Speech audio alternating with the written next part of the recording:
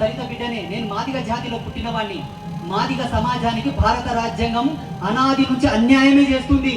నాకు తెలుసు, మా నాయకులు కూడా ఎవరు మాట్లాడతలేరు.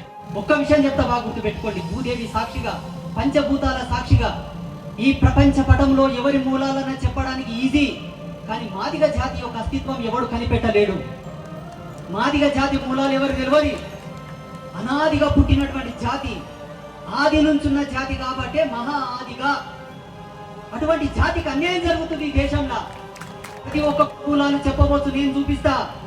మాదిగ జాతి మూలాలు ఎవడు పట్టలేడు. అంత గొప్ప జాతి మాదిగ జాతి.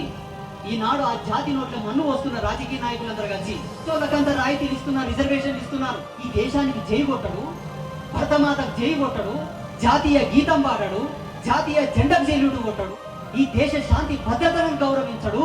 వానికెంత ఇస్తావయ్యా ఈ దేశ రాజ్యాంగం యొక్క హక్కులని?